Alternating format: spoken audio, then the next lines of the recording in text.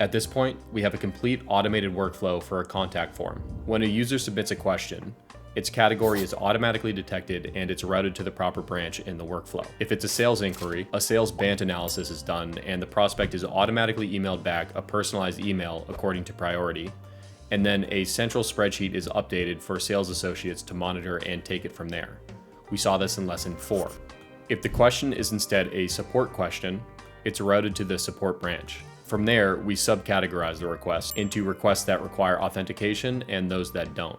For those that don't require authentication, product questions, we use an AI agent to automatically answer the user's question.